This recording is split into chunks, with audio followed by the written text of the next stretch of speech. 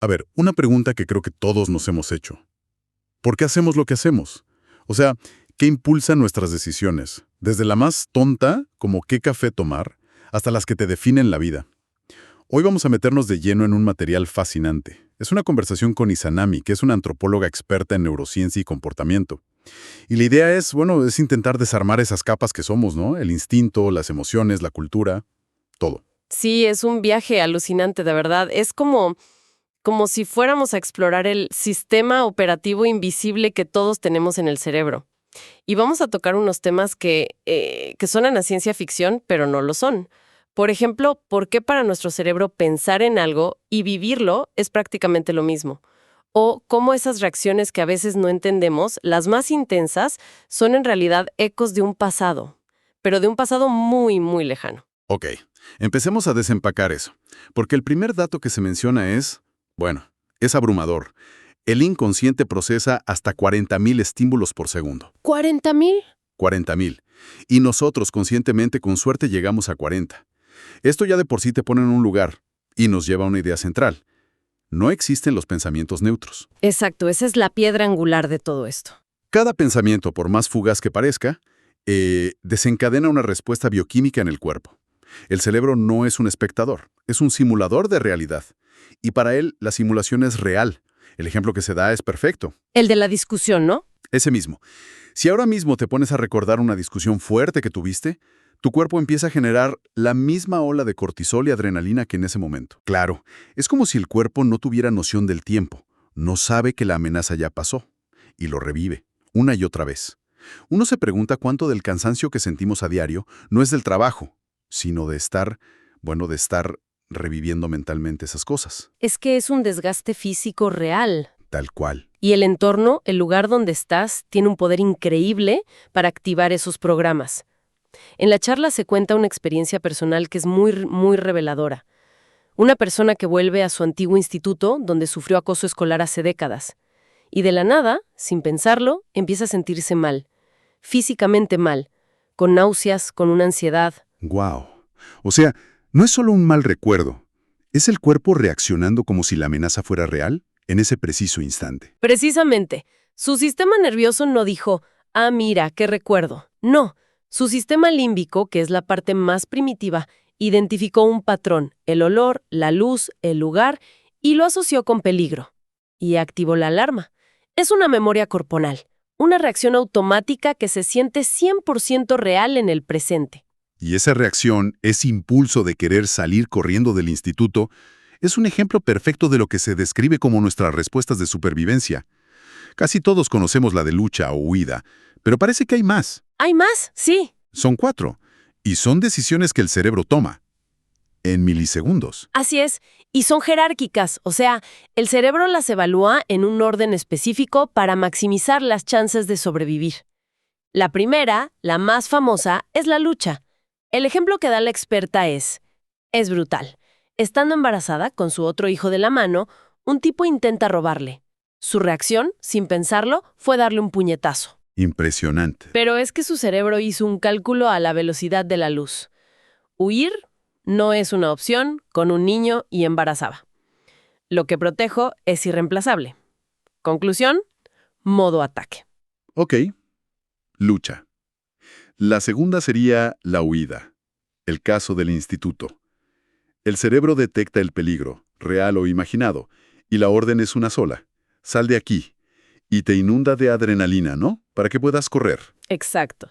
Toda la sangre a las piernas, el pensamiento racional se apaga, solo importa escapar. Pero luego viene una que es menos obvia, pero que vemos todo el tiempo. El sometimiento. Piénsalo así. Si entra alguien armado a un lugar, la reacción de la mayoría no sería ni luchar ni huir. Sería quedarse quieto, levantar las manos. Exacto. Someterse. Intentar conectar con el agresor. Por favor, no me hagas daño, llévate todo. Es una estrategia para parecer menos amenazante y así sobrevivir. Lo vemos en el reino animal constantemente. Y falta la cuarta, que es quizá la más escalofriante de todas. La inmovilización. Hacerse el muerto. Es el último recurso. Cuando luchar es un suicidio, huir es imposible y someterse no funciona, El cerebro elige apagarse. El ejemplo que se cita es terrible, pero lo deja clarísimo. Los niños que sobreviven a tiroteos en escuelas. Muchas veces lo logran porque se quedan inmóviles entre los cuerpos de sus compañeros, fingiendo estar muertos. Es la prueba de que, por muy modernos que seamos, seguimos usando esas tácticas ancestrales. Es que es fascinante y aterrador a la vez ver cómo esas 4 respuestas que están diseñadas para un tigre que te va a comer se activan en nuestra vida moderna. Porque, a ver, el estrés del trabajo no es un tigre, pero El cuerpo está siempre en alerta, listo para pelear o correr. Y le quita recursos a todo lo que considera no esencial para esa emergencia. El sistema inmune, el digestivo. Por eso el estrés nos enferma. ¿y qué pasa con el sometimiento y la inmovilización en el día a día? Los vemos todo el tiempo. Una relación tóxica, por ejemplo, puede activar una respuesta de sometimiento crónica. La persona anula su dignidad, acepta cosas inaceptables para que no la abandonen, porque su cerebro primitivo lee el abandono como una sentencia de muerte. ¿Y la inmovilización? Bueno, cuando el cerebro ya agotó las otras opciones, cuando siente que no hay salida, activa el apagado de emergencia. Esa es la base biológica de la depresión. Esa perspectiva es potentísima. Le quita todo ese estigma de ser débil o de no echarle ganas. Lo pone en su lugar. Es un mecanismo de defensa biológico, un sistema que se sobrecargó y se apagó para poder sobrevivir. Exacto. El cuerpo literalmente dice, no puedo más con esta alerta, me desconecto hasta que pase el peligro. Es un último recurso. Y esto nos lleva a la pregunta clave. ¿Por qué el sistema de una persona se sobrecarga con algo que para otra es manejable? Y ahí es donde aparece el concepto del termostato emocional. Se explica que este termostato se calibra en la infancia, sobre todo entre los 0 y los 6 años. En esa etapa el cerebro es como una esponja. Está en un estado casi hipnótico, aprendiendo si el mundo es un lugar seguro o peligroso. Es una analogía brillante, ¿no te parece? Un termostato se calibra para saber a qué temperatura tiene que saltar. Bueno, nuestro termostato emocional se calibra para saber qué nivel de amenaza requiere activar una de estas respuestas de supervivencia. Si tuviste una infancia segura, con afecto, tu termostato está bien regulado. Pero una infancia difícil, con abuso, negligencia, inestabilidad, eso lo desregula por completo, lo deja hipersensible. Entonces, de adulto, un estímulo que es relativamente menor, una crítica de tu jefe, una mala mirada, puede hacer que ese termostato salte de forma desproporcionada. Exacto. Tu reacción no tiene que ver con la realidad del presente, sino con el peligro que tu cerebro aprendió a esperar en el pasado. No distingue. Para tu sistema límbico, esa crítica es igual de peligrosa que la amenaza original de tu niñez. Por eso se dice que uno de los miedos más potentes es el miedo al rechazo. Para nuestros ancestros, que te echaran del grupo era morir. Ese miedo lo llevamos grabado a fuego. Entendido. Entonces, sí, la infancia calibra el termostato. ¿Eso también significa que nos predispone a usar más una respuesta que otra? O sea, alguien que creció sintiéndose impotente tenderá más al sometimiento. Es una conexión fundamental. No solo se calibra la sensibilidad, sino también la respuesta favorita, por así decirlo. Un niño que aprende que si lucha las cosas se ponen peor, pues puede desarrollar un patrón de sometimiento o de inmovilización. Se vuelve su estrategia automática. Otro que descubre que siendo agresivo consigue lo que quiere, puede cablear la respuesta de lucha como su primera opción. Y esos patrones los llevamos a la vida adulta, casi siempre sin darnos cuenta. Ok, tenemos esta programación biológica, este cableado de la infancia. Y por otro lado está la cultura, el entorno. El material propone otra analogía para entender esto, que me pareció muy clara. Nos dice que pensemos en la biología como el hardware y en la cultura como el software. Sí, eso es la forma genial de visualizarlo.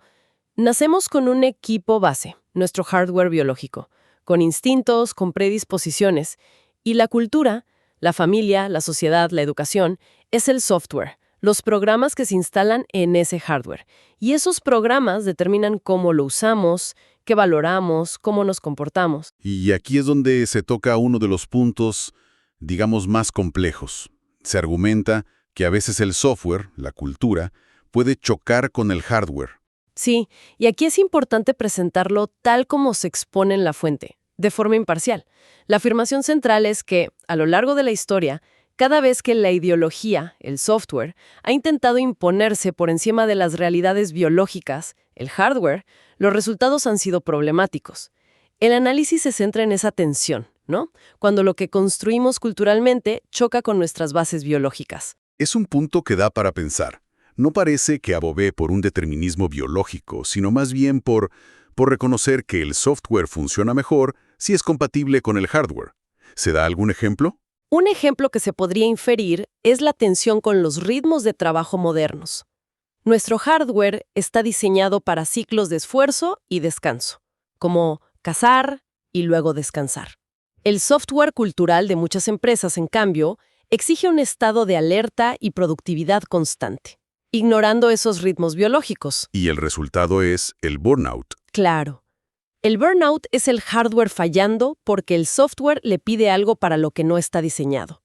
La idea que se plantea es esa: ignorar las bases biológicas en favor de una construcción puramente cultural puede generar una fricción con consecuencias. Ok, queda claro.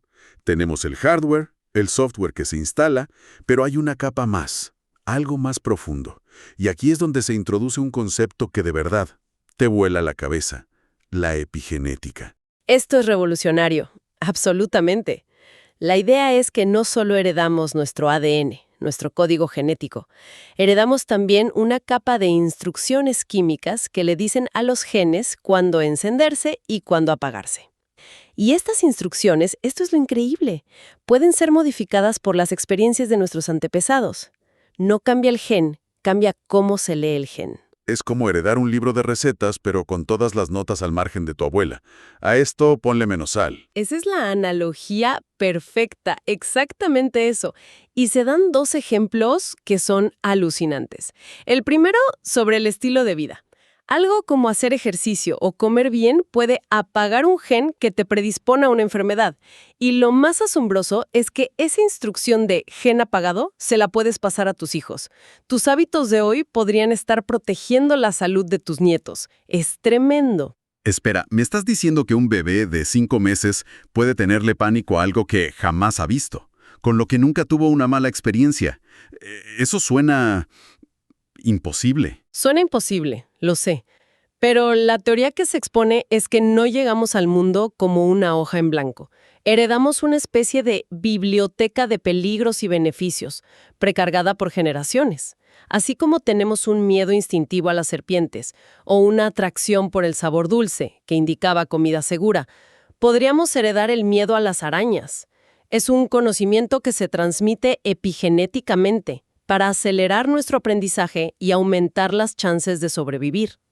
Una biblioteca de miedos y gustos ancestrales. ¡Qué idea tan vertiginosa! Entonces, hemos hecho un viaje completo.